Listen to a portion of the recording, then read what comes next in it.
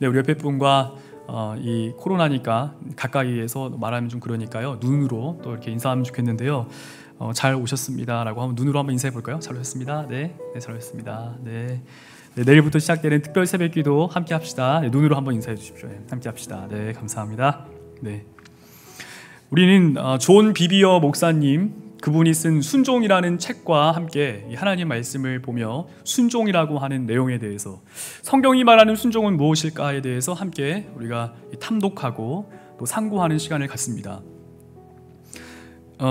여러분이 오해할 수도 있겠지만 목회자들이 담임 목사님을 위시해 순종이라는 것을 가지고 왔을 때 목회자 말을 잘 들으십시오 이런 식으로 받으시면은 피차 간에 서로 좀 상처가 될 수도 있고 마음이 어려울 수 있습니다. 그런데 순종하는 목적과 순종하는 내용과 대상을 성경을 통해 명확하게 하는 것은 저와 여러분의 삶에서 살아계신 하나님을 경험할 수 있는 방법이며 살아계신 하나님을 통하여 긴밀하고 친밀해지는 은혜를 누리는 순간인 줄 믿습니다. 우리가 창세기 4장의 배경을 이제 보기에 앞서서 3장에 나와 있는 내용을 우리가 함께 좀 살피려 하는데 3장에서는 처음 사람이 하나님을 거역합니다. 존 비비어 목사님이 이렇게 이제 말씀을 하셨는데 한번 들어보세요.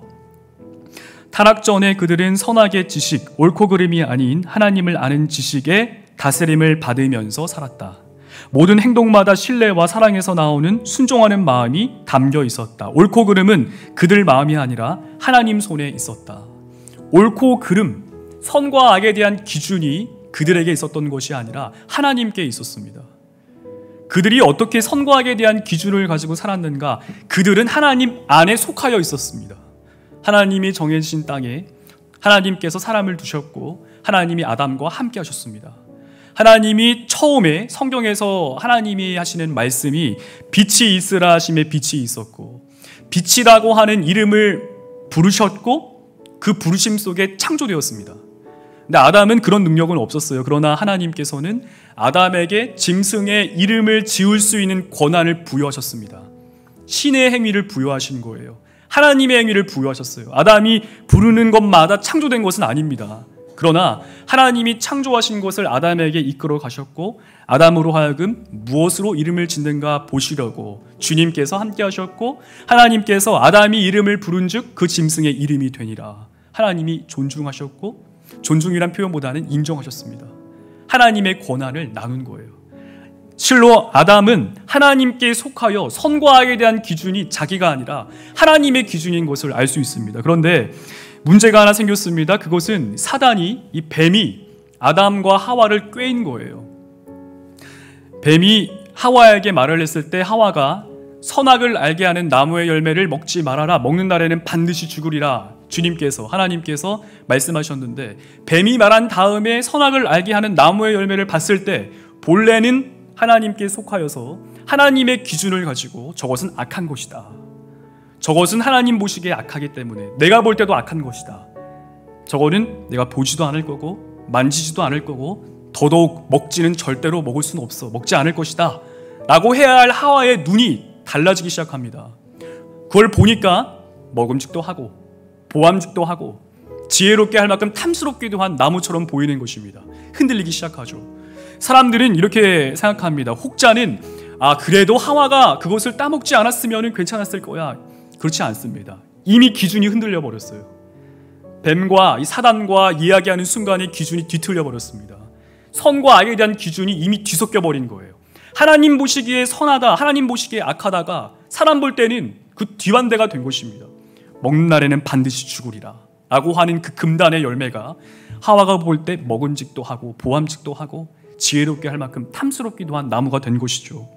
그 이후에 하나님께서 이 하와에게 또 아담과 이 하와에게 한 가지를 말씀하시는데 그것은 창세기 3장 16절 말씀이에요. 여자의 후손과 뱀을 원수가 되게 하시고 여자의 후손은 뱀의 머리를 상하게 하고 뱀은 여자의 후손의 발꿈치를 상하게 하리라. 이 약속의 말씀을 하십니다.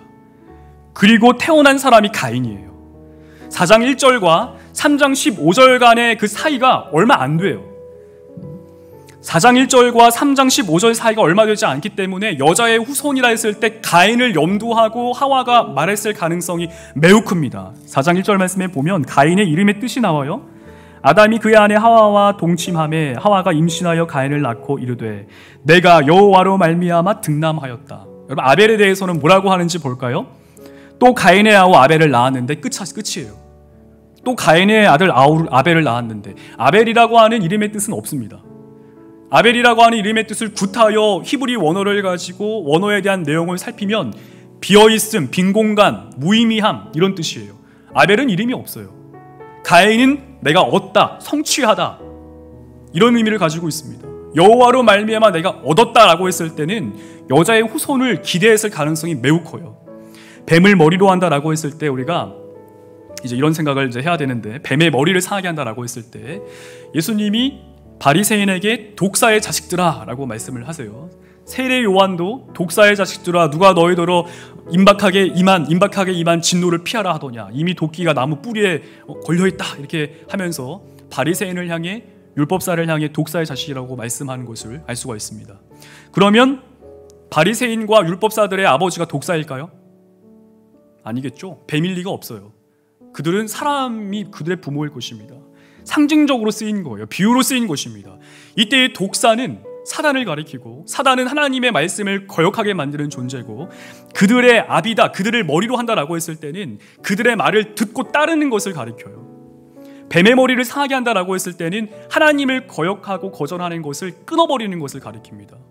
여자의 후손이, 아담과 하와가 하나님께 범죄함으로써 하나님의 말씀을 거역해서 영원한 단절이라고 하는 상함을 가지게 되었는데, 하나님 나라에 추방당했는데 하나님이 하신 약속의 말씀이 뱀의 머리를 상하게 하리라, 여자의 후손이 라고 했을 때 이 하와가 여호와로 말미암아 내가 등남하였다라고 한 가인일 가능성이 아주 크다라고 하는 것은 이상한 말이 아닙니다. 오히려 아벨보다는 가인에게 아담과 이 하와는 관심을 가졌습니다. 그래서 4장 1절 말씀과 4장 2절 말씀을 통해 알 수 있는 것은 하나님께서 가인과 아벨을 주셨는데 가인은 거의 슈퍼스타였습니다. 거의 집중을 많이 하게 된 사람이었고, 아벨은 그냥 그럴저럴 그런 사람이었어요. 그런 가운데 오늘 말씀이 아주 시작이 됩니다. 2절 말씀 보면 그가 또 가인의 아우 아벨을 낳았는데 아벨은 양치는 자였고 가인은 농사하는 자였더라 라고 하면서 가인과 아벨이 어떠한 사람인가를 우리에게 증거합니다. 3절과 4절 그리고 5절까지 말씀을 보면 이제 어떤 말씀을 기록하고 있냐면, 아벨과 가인이 제사를 드려요. 제사를 드리는데 하나님께서 아벨과 그의 제물을 받으시는데 가인과 가인의 제물을 받지 않으시는 사건이 일어납니다. 4절 말씀에 아벨은 자기의 양의 첫 새끼와 그 기름으로 드렸더니 여호와께서 아벨과 그의 제물은 받으셨으나 5절 말씀에 가인과 그의 제물은 받지 아니하신지라 라고 기록되어 있습니다. 여기서 저도 신학교 다닐 때 그 어떤 분이 강사로 오셔가지고 이런 말을 했어요. 저희 개혁파 우리 장로교 대신교단의 목회자가 아닌데 그분이 와서 하는 말이, 피의 제물을 드리지 않았기 때문에 가인은 하나님 앞에 제물을 받지 못했다, 하나님이 받지 않으셨다, 이런 말을 하시는데, 근데 그거는 지금 성경을 그 이하의 하나님과 가인의 대화 속에서 하나님이 받지 않으신 이유를 완전히 무시하는 행보입니다. 완전히 무시하는 거예요. 심지어 하나님께서 신실하시고 처음과 나중이 같은 하나님이시라면 우리가 생각해 볼 수 있는 것이 있는데, 레위기 2장 14에서 16절 말씀에 보면 이삭과 곡식의 제사를 하나님께서 말씀하세요. 이건 소제라고 하는데요, 소제는 번제를 드리고 나서 소제를 하든지 번제와 화목제를 드리고 나서 해야 할 수 있는 제사입니다. 소제만을 못해요. 소제는 반드시 해야 할 것이 아니라 자발적인 헌신으로부터 내가 하나님께 충성을 맹세합니다라고 고백하는 사람들이 곡식을 가져와서 하나님께 제사로 드리는 거예요. 자발적 헌신을 상징하고 있어요. 제사 중에 소제를 가장 귀한 제사로 보는 이유가 여기에 있습니다. 가난한 사람도 부유한 사람도 동일해요. 곡식으로 드립니다.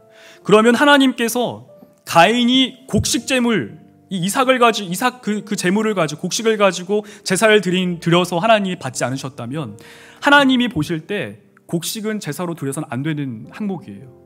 왜냐하면 가인이 생각나게 되거든요. 하나님께서 가인처럼 보게 되시거든요. 그러면 안 되죠. 그렇게 하면 안 되겠죠. 근데 그게 아니었습니다. 히브리서 11장에 이 믿음장이라고 하고 믿음의 신진 선배들이 막 등장하는데요. 거기에 히브리서 11장 4절 말씀에 아벨에 대해서 믿음으로 아벨은 이라고 하지, 어린 양의 제사를, 첫 양의 제사를 드리는 아벨은 이렇게 소개하지 않습니다. 제물이 뭐냐가 중요한 게 아니라 지금 우리가 느낌을 받으셔야 돼요. 제물이 지금 문제가 아니구나. 제사라고 했을 때 둘 다 순종이구나. 제사를 하라라고 하는 명령을 우리가 그 전에 살펴볼 수는 없어요. 그런데 제사에 대한 명령은 시내 산에서 받게 되거든요. 그럼 그 전까지 아브라함은 제사를 드렸을까? 제사 드렸습니다.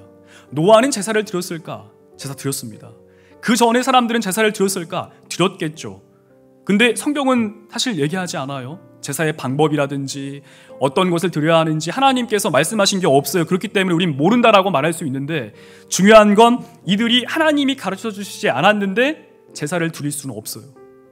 기록되어 있지는 않았지만 하나님께서는 어떤 식으로든지 이들에게 제사에 대한 방법을 말씀하셨을 것입니다. 그리고 이들은 제사를 드린 거예요. 이 말은 이들은 하나님 말씀에 순종했다라는 것입니다. 둘 다. 제가 여러분과 함께 상고하는, 나누고 싶은 오늘 말씀의 제목이 바로 참순종과 거짓순종이에요. 이 두 가지는 같이 보입니다. 행동, 태도, 무언가를 함에 있어 차이가 없어요. 아벨도 제사 드렸고 가인도 제사 드렸습니다. 하나님이 기뻐하는 제사의 항목들을 가지고 제사를 드렸어요. 심지어 가인은 시내산에서 율법 받을 때 소제에 해당되어지는 자발적 헌신, 충성의 맹세에 해당되어지는 곡식으로 하나님께 제사를 드렸습니다. 똑같아요. 태도와 행동에서는 차이가 없습니다. 그런데 문제가 생겼는데 하나님이 받으시는 제사와 받지 않으시는 제사가 있는 거예요. 제사와 더불어 그 사람에 대해서도 아벨을 받으셨는데 가인은 받지 않으십니다. 도대체 뭐가 문제였을까요? 참순종이라고 하는 것과 거짓순종이라고 하는 것의 차이는 어디에 있을까요? 그것이 바로 이하에 나와 있는 4장 5절 중반절부터 15절까지의 내용입니다. 하나님과 가인이 두 개씩 짝을 져서 하나님 말씀하시고 가인 말하고, 하나님 말씀하시고 가인 말하고, 이 두 개의 대화가 4번이 나옵니다. 4번이 나오면서 우리는 왜 가인의 제사를 받지 않으셨는지, 왜 가인을 받지 않으셨는지, 참순종은 무엇인지, 거짓순종은 무엇인지 우리는 알 수 있습니다. 우선 5절 중반부에 보면 가인과 그의 제물은 받지 아니하신지라 라고 했을 때, 가인이 몹시 분하여 안색이 변하니, 가인이 조금 상처받고 조금 분해서 안색이 아주 조금 변하니, 이렇게 말씀하고 있지 않죠. 성경에서 이 정도 강조를 하면 이거는 폭발 직전이에요. 폭발 직전이야. 폭발한 거예요. 가인이 몹시 분하여 안색이 변하니, 가인이 누구에게 지금 분하여서 안색이 변하는지 아십니까? 하나님이세요. 감히 가인이 사람 따위가 창조주께, 처음 사람이 하나님을 거역한 지 몇 년이 흘렀는지 알 수 없습니다만, 가인과 아벨이 지금 막 나이 900세 돼가지고 그런 분위기는 아닌 걸 알 수 있어요. 지금 가인이 뭔데 하나님 앞에 창조주께 몹시 안색이 변하여서 분함을 품을 수 있을까요? 가인이 뭔데요? 그래서 여호와 하나님께서 가인에게 이렇게 말씀하세요. 내가 분하여 함은 어찌 됨이며 안색이 변함은 어찌 됨이냐. 하나님은 아시는데 물으신 것입니다. 하나님 아세요. 아담아, 내가 어디 있느냐? 아담이 무화과 나무 잎을 엮고 치마로 삼고 나무 사이에 숨은 거 하나님 아시는데, 아담아, 내가 어디 있느냐? 의도가 있으신 거예요. 아담 스스로 하나님의 음성에 드러내 보이기를 원하신 거예요. 드러내 보이지 않는다면, 하나님이 무서워서 피하고 숨는 것이라면, 하나님의 음성을 통해 하나님께서 아담을 드러내 보이시기 위함에 있습니다. 관계하시기 위함에 있어요. 마찬가지로 여호와 하나님께서 가인에게 이렇게 말씀하셨을 때, 내가 분하여 함은 어찌 됨이며 안색이 변함은 어찌 됨이냐, 이거 아시는데 말씀하시는 것입니다. 그 증거로 7절 말씀에 하나님이 그 이유에 대해서 말씀하세요. 내가 선을 행하면 어찌 낯을 들지 못하겠느냐. 선을 행하지 아니하면 죄가 문에 엎드려져 있느니라. 죄가 너를 원하나 너는 죄를 다스릴지니라. 지금 이 가인이 선을 행하지 않고 있음을 알 수 있습니다. 왜 제사를 받지 않으셨는가? 왜 가인을 받지 않으셨는가? 선을 행하지 않았기 때문이에요. 근데 여기서 우리가 이 선을 도덕이 말하는 선, 양심이 말하는 선으로 보면 대단히 곤란합니다. 성경은 특별히 창세기 4장부터 시작이 되지 않았기 때문에 이때의 선과 또 그 전에 나와 있는 선은 상관이 있어요. 선과 악이다라고 했을 때 하나님 기준의 선과 악이라는 것이죠. 이때 선을 행하지 않았다라고 하는 것은 하나님의 말씀을 따르지 않음, 하나님과 함께하지 않음, 하나님과 동행하지 않음, 하나님과 마음이 끊어짐, 하나님과 단절됨, 하나님과 상관없음, 하나님과 대화할 사이인데 머리로 알고 눈으로 알고 막 얘기할 수 있을 정도인데 그 정도로 알고 여전히 내 마음은 하나님과 굳어져 있는 상태. 선을 행하지 않으면 낯을 들지 못하겠네. 어찌 너가 선을 행하지 않으면 낯을 들지 못하겠느냐. 죄가 문에 엎드러져 있느니라. 너는 죄를 원하나 죄를 다스릴지니라. 하나님께서 가인을 아시고 가인에게 이같이 말씀하셨는데 가인이 이제 어떻게 하냐면요, 8절에 가인이 등장하는데요, 가인이 그의 아우 아벨을 말하고 그들이 들에 있을 때 가인이 그의 아벨을 쳐 죽이니라. 가인이 아벨을 죽이는 사건이 일어납니다. 가인이 아벨에게 몹시 분하여 안색이 변한 게 아니라 하나님이 제사를 받지 않으신 것 때문에, 하나님이 자신을 받지 않으신 것 때문에 몹시 분하여 안색이 변한 것이죠. 하나님, 지금 가인이 아벨을 죽였지만 사실은 하나님께 대한 도전이에요. 하나님이 아벨의 제사를 받으심에 대한 하나님에 대한 분노를 지금 아벨을 죽임으로 쏟아내는 것입니다. 감히 하나님을 향하여서. 하나님 말씀에 따라 제사 드렸는데 좀 더 우리식으로, 우리의 용어로 바꿔보면, 현대교회의 용어로 바꿔보면 하나님 말씀에 따라 예배 드리는데, 하나님 말씀에 따라 10의 1조 드렸는데, 하나님 말씀에 따라 공적 예배 참석했는데, 하나님 말씀 따라 말씀 받는데, 기도했는데, 하나님 말씀 따라 도덕과 윤리에 대해 철저하게 지켰는데 하나님 받지 않으심에 마음에 변하여서 마음이 몹시 분하여 안색이 변하더니 하나님께서 말씀을 통해, 목회자들을 통해, 주위에 있는 성도 그리스도인을 통해서 하나님 앞에서 필요한 것들을, 하나님 말씀과 메시지를 전하는데 거기에 대해서 너무 화가 나니까 때리고 죽이고 상처를 입히고 상하게 하고, 사실 그 사람에 대한 것이 아니라 하나님에 대한 것이죠. 하나님에 대한 것. 그래서 하나님께서 가인에게 다시 한번 물으십니다. 내 아우 아벨이 어디 있느냐? 몰라서 물으시는 게 아니에요. 가인으로 하여금 돌이킬 수 있고 죄책을 느낄 수 있는 하나님의 영광을 드러내셨는데 가인이 참으로 놀랍습니다. 가인이 이렇게 말합니다. 내가 알지 못하나이다. 여기까지만 말했으면 가인이 참 나쁜 사람이다 할 수 있는데, 내가 내 아우를 지키는 자니까, 가인이 여러분 어떻게 말했을 것 같으세요? 내가 알지 못하나이다, 내가 내 아우를 지키는 자니까 잘 모르겠어요, 이렇게 했을 것 같습니까? 아니죠. 몹시 분하여 안색이 변했는데 아주 화를 냈겠죠. 하나님 앞에. 말이 안 되는 거예요, 사실 이게. 가인이 어떻게 하나님께, 창조주 하나님께 얼마나 지났다고요? 하나님을 거역한지. 에덴 동산에서 하나님께 영원한 죽음이라고 하는 단절의 그 고난과 고통을 받은 지 얼마나 됐다고?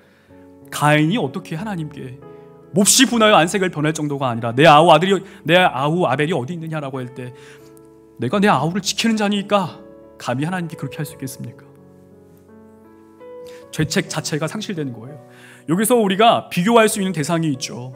3장에 보면 아담과 여자는 하나님을 거역하자마자 치마로, 무화과 나무 잎을 엮고 치마로 삼아요. 하나님이 바람 가운데 임하셨을 때 나무 뒤로 숨어요. 하나님의 영광 가운데 자신의 수치가 드러나니까 회개의 마음이 같이 임하는 거예요. 하나님이 임하셔서 회개하는 죄책의 마음이 같이 임하는 거예요. 근데 가인은 그렇지 않죠. 하나님이 임하셔서 말씀하시는데 되려 하나님을 향해 분노를 폭발하고 있습니다. 내가 내 아우를 지키는 자니까. 가인은 지금 말이 되지 않습니다.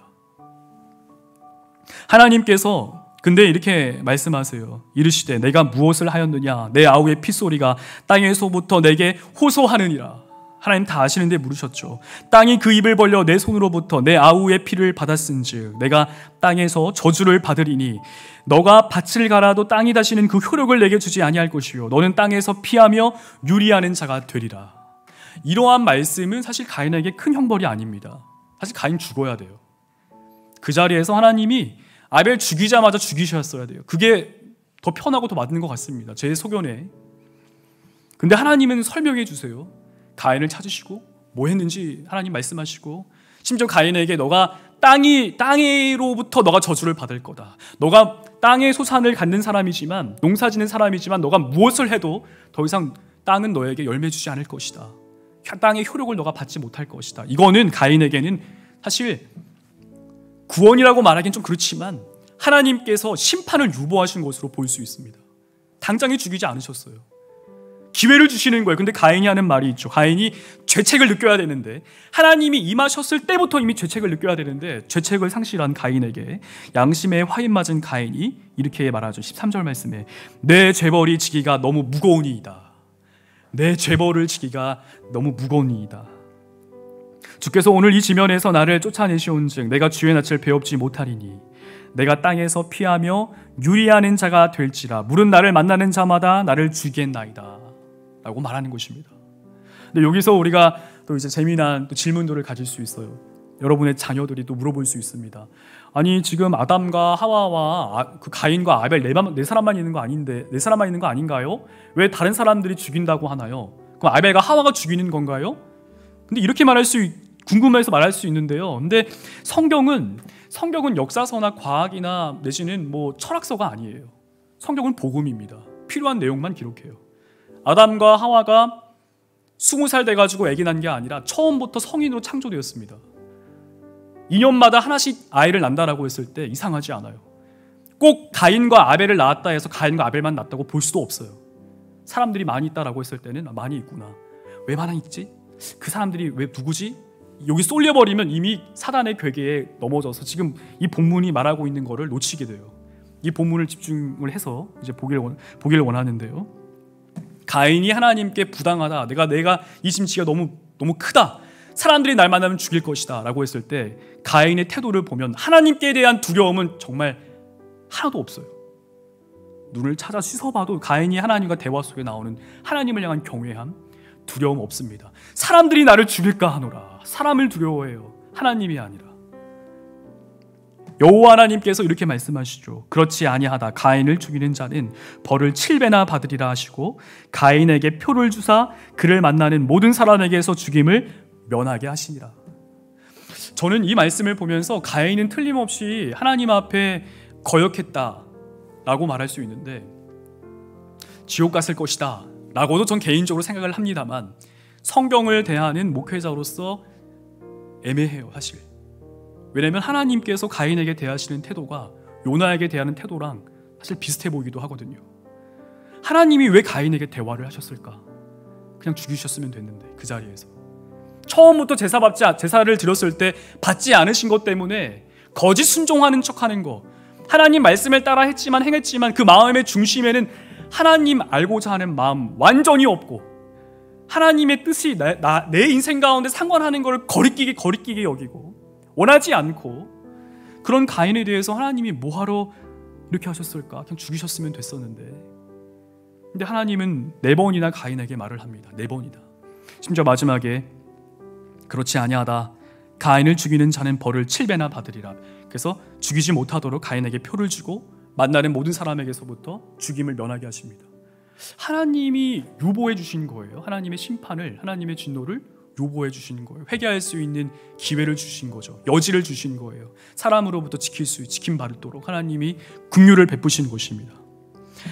우리가 창세기 4장 1절과 15절을 살폈는데 우리는 순종이라고 했을 때 참 순종과 거짓 순종을 여기서 이제 알아내야 합니다.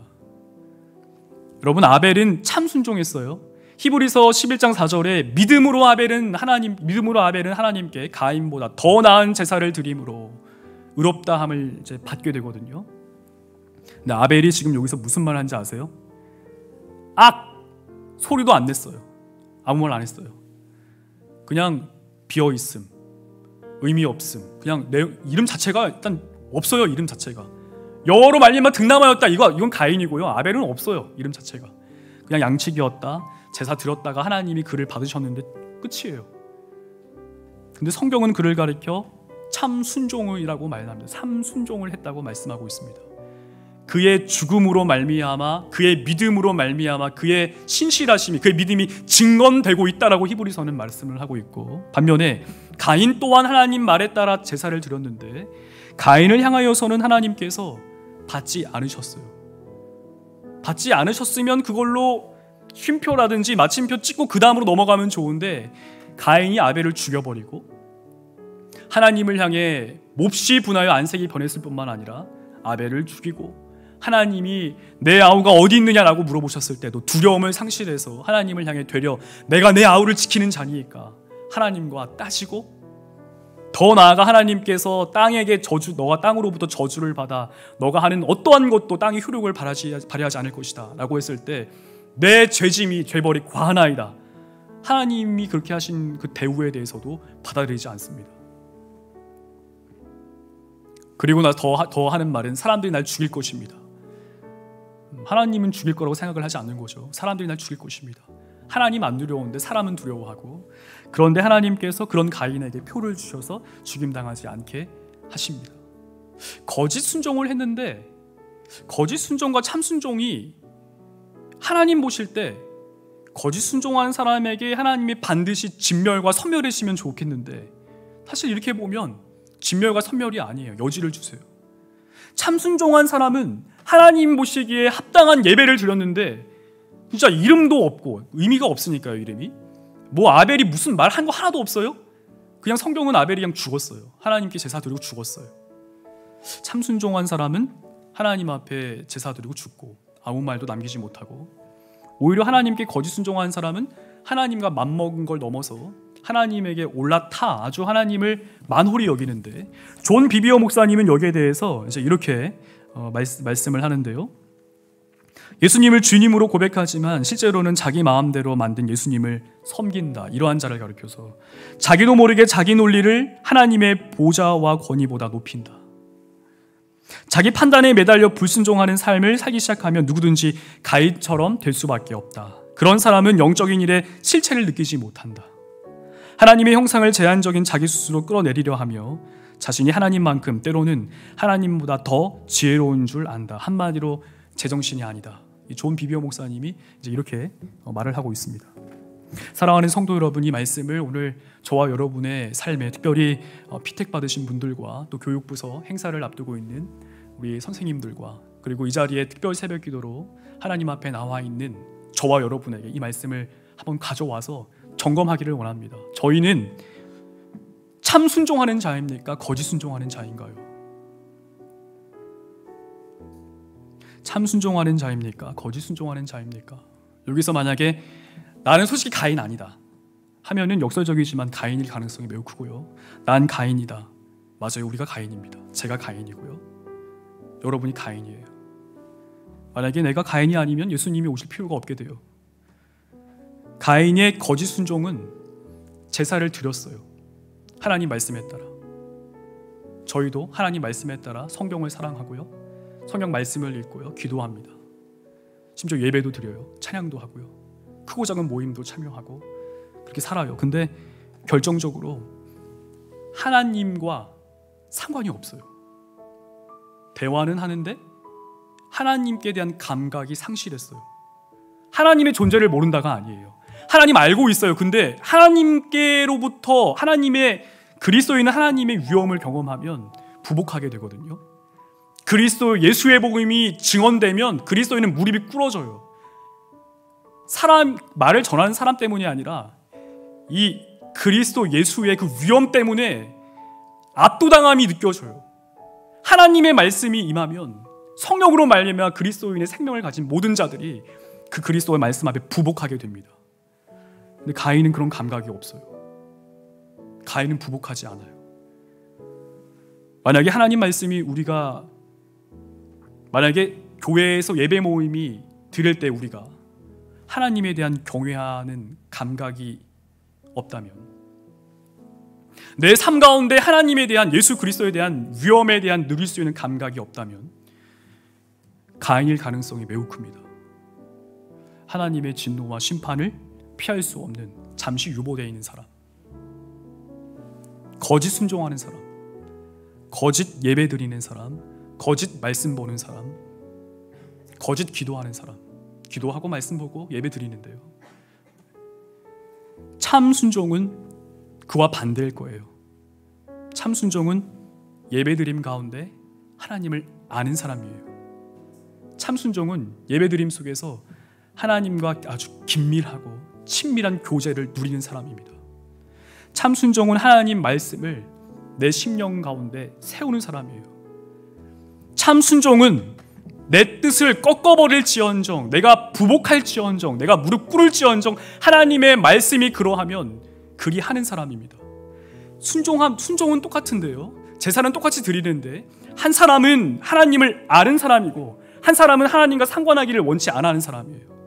한 사람은 제사를 통해 하나님의 마음과 뜻을 보고 들음을 통해 하나님과 긴밀하고 친밀한 교제의 기쁨 가운데 사는데, 믿음으로 말미암아 사는데, 한 사람은 똑같이 제사를 드리는데 그 하나님이 거리껴요. 하나님이 내 인생에 참견하는 것을 거리껴합니다. 원치 않아요. 내가 내 아우 아벨을 지키는 자니까 라고 말하는 사람이에요. 예배를 드리는데 내 선과 악의 기준에 대해서 하나님 말씀이 침범하면 용납이 안 되는 거예요. 제가 예전에 어떤 설교를 듣다가 어떤 강사님이 이런 말을 한 적이 있는데, 그분은 이제 강사예요. 여러분, 담임 목사님 말 듣지 마세요. 하나님 말씀을 들으셔야 돼요. 이런 엉터리 말이 어디 있습니까? 이 말은 전제가 하나예요. 담임 목사님은, 목회자들은 하나님 말씀을 전하지 않는다. 그러니까 여러분이 직접 성경을 통해 하나님 말씀을 읽어라. 이게 전제가 됩니다. 근데 하나님이, 제가 가끔 우리 청년들과 함께 있을 때도 얘기하지만, 담임 목사님이랑 같이 청년들과 저랑 같이 이렇게 식사하는 자리에서 한 청년이 이제 수련회가 얼마 안 남았어요. 청년들은요. 같이 얘기하는데 저는 이렇게 하라고 말을 했는데 담임 목사님은 또 이렇게 하라고 말씀을 하신 거예요. 근데 제가 그 순간에 말한 게 아니라 전에 이제 했던 말이 있었어요. 이제 한 청년이 이제 고민하면서 김민 목사님 어떻게 해야 돼요? 제가 이렇게 말했어요. 그때는 담임 목사님 말씀을 따르는 거야. 부교육자가 난다 긴다 필요 없습니다. 사실 그거. 왜냐하면 예수님이 세운 자는, 말씀 맡은 자로 세우신 분은 예수님이 담임 목사님을 세우신 거거든요. 사람이 말을 잘해서 은혜 받는 게 아니라 예수님이 주신 성령의 능력으로 은혜를 받는 것이죠. 예수님의 말씀 복음으로 은혜를 받습니다. 예수님이 세운 자는 담임 목사예요. 너무 중요하죠. 그리고 예수님께서는 그 목사를 통해서, 담임을 통해서 하나님의 말씀을 전달합니다. 그 사람이 엘리일지언정 한나를 통하여서 사무엘을 준비시키세요. 하나님께서. 한나가 엘리를 봤을 때 하나님과 소통하고 교통보다 교제하고 긴밀하게 친밀한 관계 때문에 하나님께 버림받은 것 같아 슬퍼했던 그 한나가 엘리 봤을 때 몰랐을까요? 영적인 상태를요. 한 번에 알아요. 성령의 충만함을 누리는 사람들, 특별히 영적인 감각들을, 예수님께 아주 섬세한 감각이 있는 사람들은 대화하면 알아요. 느껴져요. 엘리가 눈이 멀었구나. 영적인 감각이 완전히 없구나. 하나님 말씀을 두려워함을 잃었구나. 알 수 있겠죠? 근데 한나가 엘리를 끌어내리지 않아요. 한나가 엘리에 대해서 항거하지 않습니다. 엘리 말을 듣고 따라요. 근데 하나님이 엘리를 죽이세요. 아주 비참하게. 언약궤 빼앗기고 홈리와 비느하스 그 자리에서 죽임당하고, 엘리는 그 소식을 듣다가 의자에 떨어져서 목이 부러져 죽습니다. 아주 비참하게 죽어요. 하나님이 2번 경고했거든요. 백성을 통해서, 사무엘을 통해서. 무시할 때 죽임당하죠. 하나님이 치세요. 목회자는요. 목회자가 주의 말씀에 가감하거나 곡해하거나 이러면, 왜곡시키거나 자기 뜻 전하려고 하면 여러분이 나서지 않으셔도 돼요. 하나님이 그 사람 반드시 죽이실 거예요. 반드시 심판하세요. 두려움이에요. 우리 목회자 모두가 다 공유하는 부분입니다. 하나님 경외하는 자마다, 말씀에 두려워 떠는 자마다 그렇게 못해요. 그렇게 못합니다. 하나님의 영역이세요. 하나님께서 담임 목사, 목회자를 통해서 주의 말씀을 전하신다. 그리고 그 주의 말씀이 전할 때 그것이 하나님의 말씀이라면 그 말씀을 순종함 속에서 하나님 내 마음에 이만큼 들어오지 마세요. 이게 아니라 그 하나님께 내 마음을 드러내 보이는 것입니다. 만약에 목회자를 통해서 전달된 하나님 말씀에 대해서 내 선과 악에 대한 기준에 침범했다 그래서 안색이 변하고 분하여서 이럴 경우, 무슨 말함에 대해서, 하나님 말씀에 대해서 내가 내 아우 아벨을 지키는 자니까 이럴 경우 가하지 않습니다. 가하지 않아요. 내가 성경을 통해서 알 수도 있지만 예수님께서 목회자를 세워서 전하시기도 하십니다. 전자보다는 후자가 강해요. 사실 2000년 교회 역사, 특별히 우리 장로교, 대신교단은 개혁파 신학을 따릅니다. 2000년 교회 역사 속에서 하나님의 말씀을 가지고 해석하고 하나님 말씀을 따라 양육되어 4년 교육을 통해서 3년이라고 하는 목회학을 공부합니다. 끝이 아니에요. 그리고 나서 1년 동안의 시간 속에서 강도사 고시를 준비를 해야 돼요. 강도사 인허를 받으면 2년 내지는 5년 동안 목사 고시를 준비해 목사까지 합니다. MDB 목회학 석사했다고 목사 되는 거 아니에요. 하나님의 소명하심에 교단 내에서 총회로부터 인정을 받고 노회에서 안수하여 세워집니다. 목회자는요. 목회자가 하나님 말씀을 전하지 못할 수도 있겠지만 목회자가 전하지 못한다는 절대 될 수 없어요. 목회자를 통해 하나님께서 여러분에게 우리의 선과 악에 대한 기준을 만지실 수 있어요. 내가 성경 볼 때는 내 기준이 있기 때문에 내 관점이 있어서 따갑게 느껴지지 않는 것도 하나님께서 하나님의 사람들을 통해, 목회자가 아니어도 말씀 맡은 자를 통해서, 주위에 있는 그리스도인을 통해서 충분히 권면하실 수 있으세요. 내 심령이 상했다 해서 그것이 그 사람이 틀린 게 아니라 어쩌면 하나님께서 내게 말씀일 수도 있어요. 거기에 몹시 분하여 안색이 변하여 가지고 하나님 앞에 대적한다면 그 사람이 거짓 순종자예요. 하나님의 진노가 그 위에 임한 사람.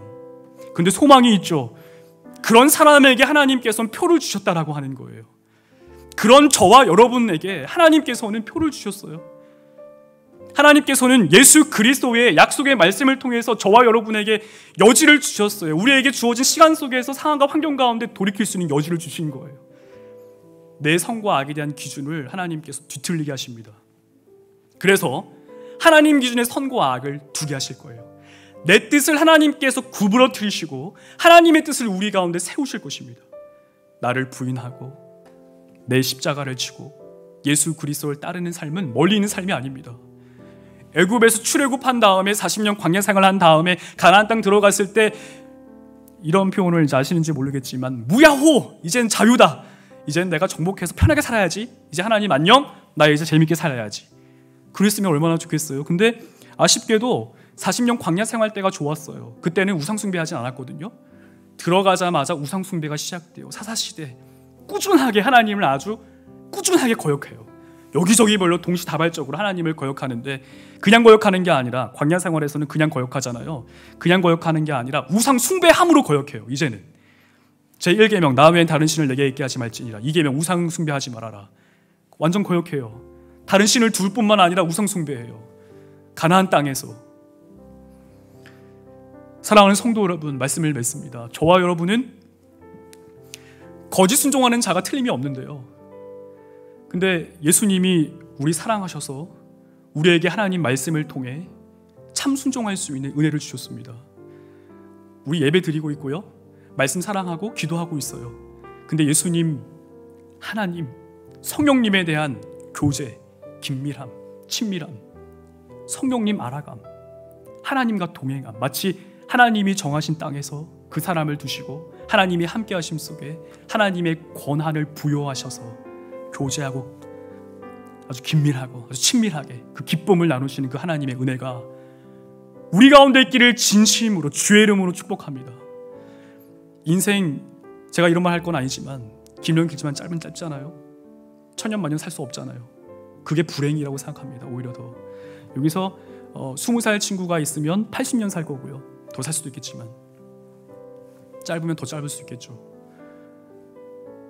어차피 변하고 썩어질 돈과 명예와 권력과 사람 가운데 우위의 섬과 이런 것 때문에 거짓 순종하는 거 말고요.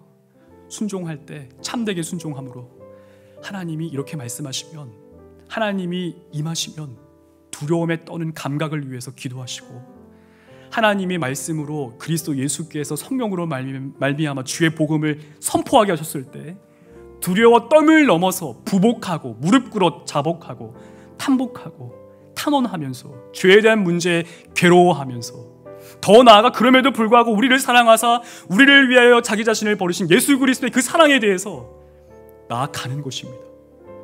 예수님 사랑은 우리의 죄보다 커요. 비할 수 없을 만큼. 그 사랑을 누림 가운데 우리는 하나님과 이 땅에서 아주 긴밀하고 친밀한 교제로 주님을 알고 주의 말씀을 통해 주님의 마음을 알고 주의 말씀을 통해 주의 음성을 듣고 주님과 함께하는 하나님 나라 그리스도인 될 줄 믿습니다. 그런 은혜가 저와 여러분 가운데 있기를 주님의 이름으로 축복합니다.